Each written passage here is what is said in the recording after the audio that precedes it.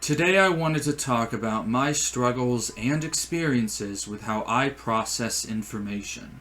So let's get into it. When I was very young, let's say around 7, I was apparently a huge reader. I don't remember this at all, but according to my parents, my affinity for reading and my ability to contain what I read was genuinely precocious. But then later, something changed. I don't need to tell you, you probably know where this is going. I was corrupted by iPad. Not literally an iPad, but you know the meme, the paradigm I'm referring to. My infatuation with video games and the internet, which started once I had plentiful access to them at age 9 or so, rewired my brain to a much more impulsive and impatient organ. These days, even with years of experience in college under my belt, any attempt to read a book is fraught with failure. Writing, on the other hand, is fine. I excelled in my creative writing classes in college, and I find writing a script in this manner to be a deeply rewarding experience that opens up my mind to new places it hasn't thought before. But to just read sentences I'm unfamiliar with is rejected as unsalvagably boring by my brain. Just bounces right off. I've had multiple instances of failing classes because the main chunk of their labor of study was to read a huge fucking textbook, and it was simply too much of an undertaking. I tried to capitalize on my contemporary affinity for writing by writing what I read in my own words, such as in my hellish general chemistry class. But this was offensively labor-intensive, and I ultimately gave up on it too. Every time I try to just read a book, I always find myself completely and utterly incapable of recalling what I read just 30 seconds ago. So what about audiobooks, I hear you say? Well, it depends. A huge flaw of audiobooks is their fixed speed, especially in conjunction with an excess of big words you don't know. Because here's the thing, right?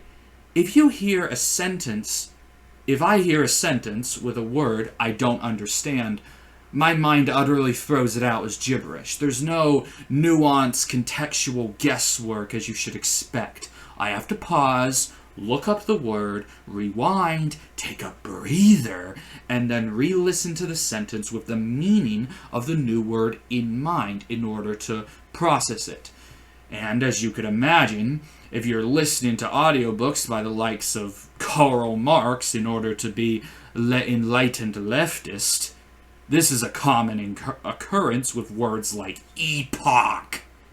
Epoch meaning an event or a time that begins a new period or development. Hey, you learned a new word. What I described before with pausing and rewinding also gets into a much more broad and dire problem I have with media consumption, which is all related to my ADHD. Sometimes when I'm happily watching, say, a movie, it suddenly pops in my head that I am a human being looking at a screen which is displaying this movie. And once that epoch occurs of immersion disassociation, continuing to watch with my attention intact without pausing is literally impossible. I have to, again, pause, rewind, take a breather, and rewatch. This mental virus interrupts my concentration maybe 3 times per 20-minute anime episode on average. So with all of this accounted for, the main way I intake nuanced ideas these days is by, can you guess, listening to people talk while playing a video game on mute. The format of my videos can actually be seen as a recreation of that experience. Just like how some people focus on lectures better if they doodle, a portion of your brain that would otherwise be committed to looking out for interrupting stimuli is satisfied and controlled. And as a result, both activities flow more. I've been doing this so long now that these days, if I want to process spoken audio, I need to be doing something else outside of the audio, like playing a game on mute, taking a walk, biking, etc. So that was my flow of consciousness on my struggles to process information. Thanks for listening.